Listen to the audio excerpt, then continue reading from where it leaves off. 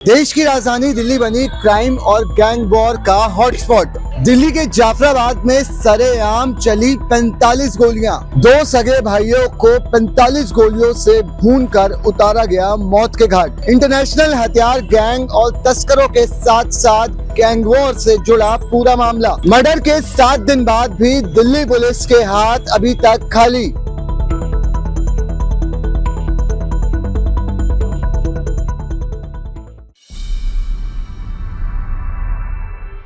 देश की राजधानी दिल्ली की जहां एक तरफ ऊंची ऊंची इमारतों और दिल्ली पुलिस के हाई पुलिसिंग के दावों के बीच जमुना पार के जाफराबाद इलाके में मेरी मौजूदगी है।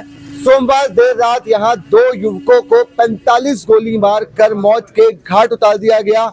2 सगे भाई थे, नजीम और फजील, जिनकी 35 गोली मारकर निर्मम हत्या कर दी गई। ये पूरा मामला जाफराबाद इलाके के सीलमपुर थाना क्षेत्र का है। उसी क्राइम स्पॉट पर मेरी मौजूदगी है। ठीक इसी चाय वाले की दुकान के बाहर दोनों भाइयों को तकरीबन 45 गोलियां मारी गई, जिसमें से 15 गोली नजीब के लगी जबकि 14 गोली फजल के लगी।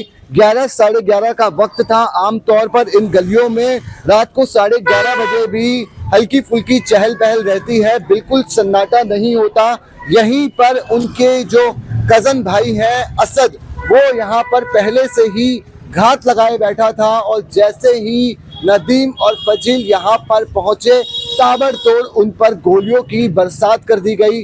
दोनों सगे भाई थे, क्रिमिनल बैकग्राउंड था, हथियारों की तस्करी का वो लोग काम करते थे, कट्टों का लेन देन का व्यापार था। यहाँ जो आरोपी है जिसने गोली मारी है उसका भी कुछ ही दूरी पर यहाँ पर घर है, जिसके बाहर अभी दिल्ली पुलिस का पहरा है। जो मुख्य आरोपी असद है वो अभी 1 हफ्ते बाद भी दिल्ली पुलिस की गिरफ्त से बाहर है। कुछ दूरी पर मैं आपको जो मुख्य आरोपी है उसका घर दिखाना चाहूंगा। अभी तक इस केस में कोई गिरफ्तारी नहीं हुई है। आप अंदाजा लगा सकते हैं कि दिल्ली में बीच बाजार किस तरीके से रात के अंधेरे में 45 राउंड फायरिंग होती है और 45 राउंड फायरिंग करके 2 सगे भाइयों को मौत के घाट उतार दिया जाता है। असद का इसी गली में घर है। दिल्ली पुलिस की यहाँ पर मौजूदगी आपको तस्वीरों में दिखाई देगी।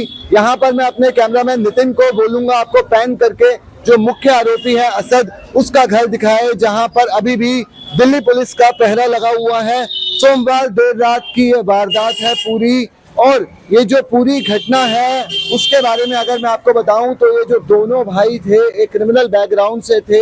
दोनों के ऊपर 5-5, 7-7 मुकदमे दर्ज थे और जो इनका कजन भाई है असद, वो यहीं रहता है और दोनों को हथियार के अवैध हथियारों के धंधे को लेकर दोनों में कुछ कहा सुनी हुई, जिसके बाद इस निशंस और निर्मम हत्या को अंजाम दिया गया। दिल्ली का पूरा इलाका जो जाफराबाद का है उसमें डर का माहौल है। अभी हमने आपको एक दुकानदार से सुनवाते हैं जिसकी दुकान उसी जगह पर मौजूद है। क्या कुछ हुआ था उस रात, पहले उस चश्मदीद की जुबानी सुनिए। ये वही चाय की दुकान है जिसके बाहर नदीम और फजील को 35 गोलियां मार के मौत के घाट उतार दिया गया। आसपास के दुकानदारों से बात करते हैं। अंकल जी, क्या हुआ था उस रात? क्या ये दुकान तो हमारी बंद हो गई थी 12:30 बजे करीब। हमें तो गोलियों की सुनाई दी थी आवाज़, बस। बाकी हम सो रहे थे, हमें नहीं पता क्या हुआ क्या नहीं हुआ, हम जाके भी नहीं थे। आपका घर पास में ही है? हाँ। वो गोलियों की आवाज़ है। अंकल बाहर आके देखा? बाहर आके देखा फिर कौन आ रहा, बाहर आके फायरिंग कर रहे थे और पीछे हट कर फिर कितनी गोलियां चली होंगी? काफ़ी गोलियों की आवाज़ तो काफ़ी आई थी सर, लेकिन हम पीछे झाँके ही नहीं, झाँकने का मौका ही नहीं मिला हमें। तो कुछ देर बाद बाहर आके देखा? जब वो चलेगा, जब देखा था 2 लड़के यहाँ पड़े थे बस। 2 लड़के की? हाँ। और आसपास अंकल पुलिस कितनी देर बाद आई उसके? पुलिस का पता नहीं, बहुत देर बाद पुलिस आई थी, आधे पौने घंटे बाद आ गई थी पुलिस। पूरे इलाके में अंकल उसके बाद से डर का माहौल है? डर का माहौल है। हमारे घर में डर गए थे बच्चे सब, हम जान रोने लगे थे बच्चे भी, क्योंकि जिस तरह का यहाँ पे बसावट है, घनी बसावट है, रात के समय भी चहल पहल रहती है। ये नहीं कि आमतौर पे जैसे रात को लोग घर से नहीं निकलते, यहाँ पे तो इन गलियों में तो चहल पहल रहती है। चहल पहल रहती है, लेकिन अब चहल पहल वाला मोहल्ला है नहीं ना ये।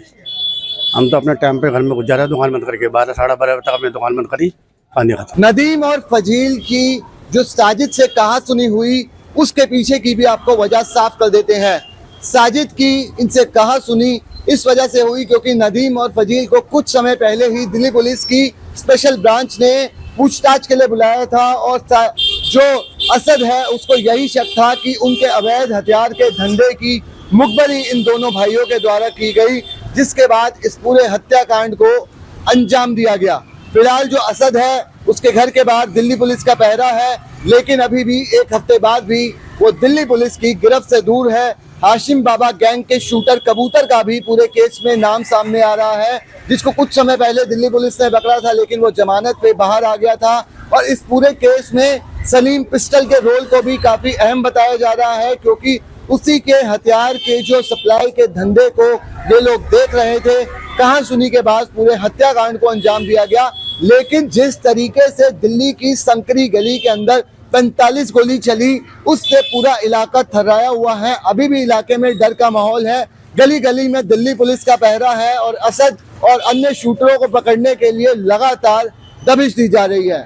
अपने सहयोगी नितिन कराशे के साथ रोहित गोयल, डायनामाइट न्यूज, दिल्ली।